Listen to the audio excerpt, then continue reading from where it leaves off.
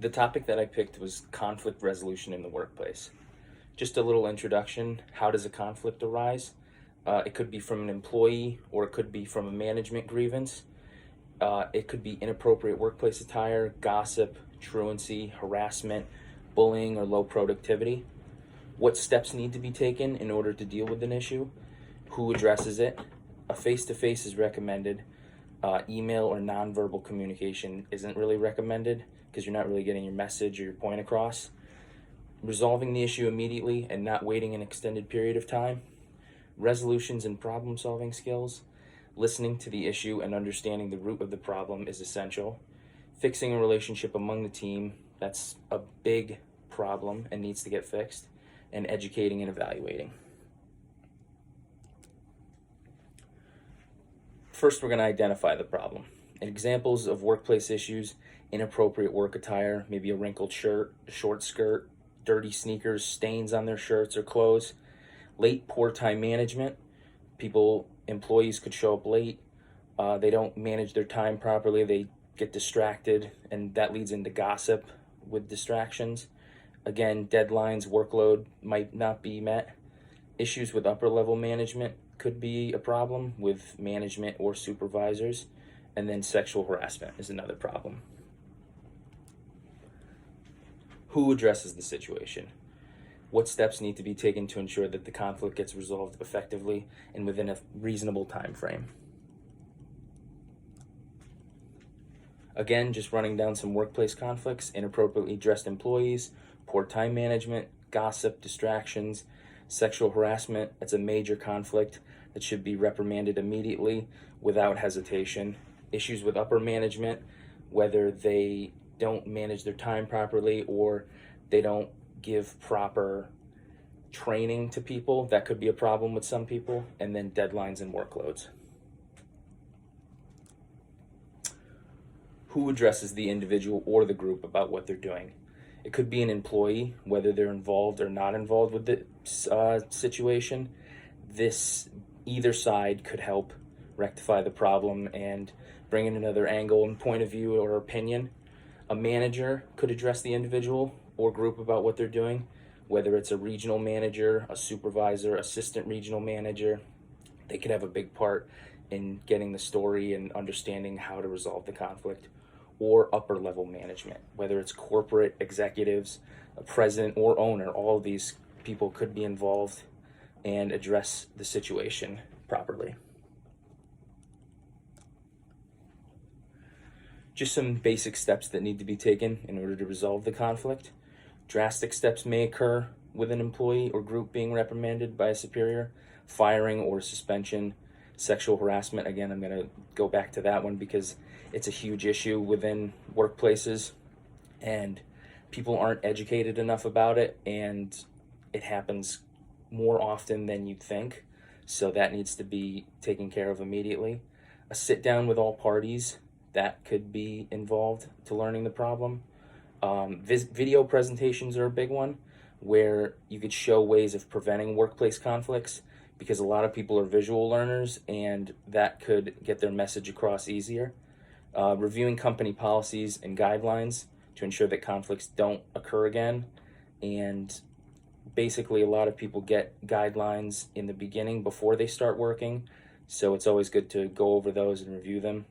And upper management may have to retrain employees on proper workplace behavior, because going back to sexual harassment, it's common sense to not talk to people in an inappropriate way in the workplace, but some people don't learn, and management needs to get involved to retrain them and get them to understand better.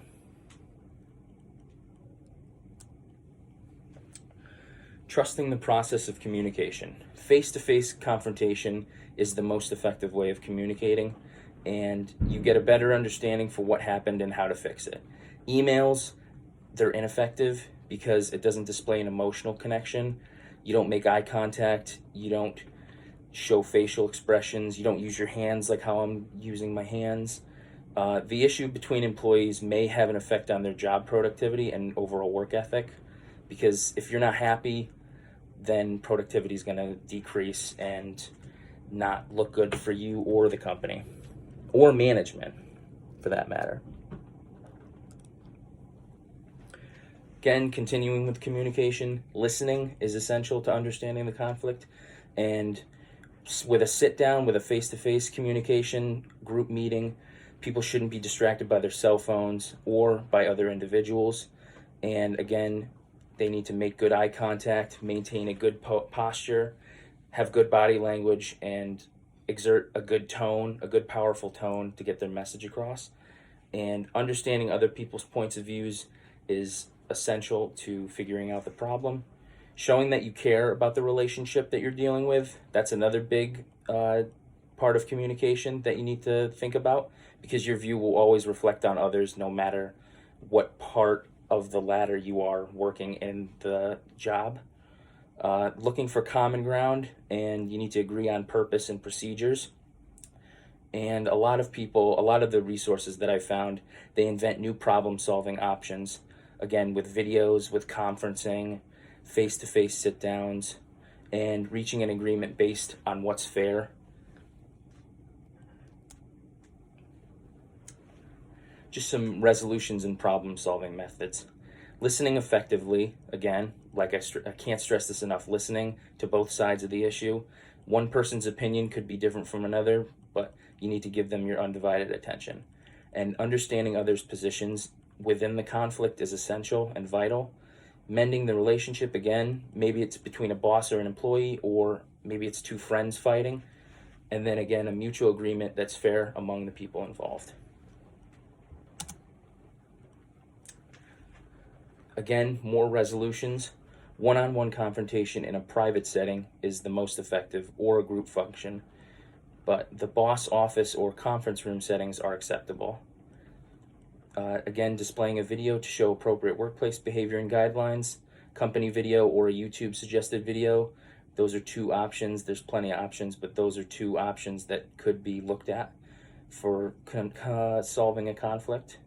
Bringing in a professional, maybe it could be a motivational speaker, maybe it could be a psychologist, or maybe an upper level employee who has dealt with these sort of situations could resolve conflicts in an easier and more acceptable way. And educating and evaluating the situation through videos, professionals, conferences, and education on workplace conflicts helps to prevent future issues, and it should be reviewed quarterly or yearly, depending on the work environment, to ensure awareness among active and also incoming employees as well, just so that they're made aware of the guidelines. And my conclusion, to conclude all this, conflict resolution is vital to having employees work together to be successful. Some methods and styles for dealing with conflict resolution come in all different forms: face-to-face, video, visual presentations, maybe a PowerPoint, articles, or books. Bringing in a professional to discuss solutions is a very acceptable way to dealing with conflict resolution, because getting someone else's opinion, that could change the way people think. Addressing the issue immediately can prevent future conflicts. It's best not to wait. It's best to handle the situation right when it happens, or if not right then quicker down the road. Effective communication is the best outcome for positive results, because with effective communication, you have to make good eye contact, maintain a good posture, and then exert good tone. And then listen to whoever is speaking and give them your undivided attention, no matter what. And then employees who bring a positive attitude will produce positive results in the end. Okay, that's it. Thank you.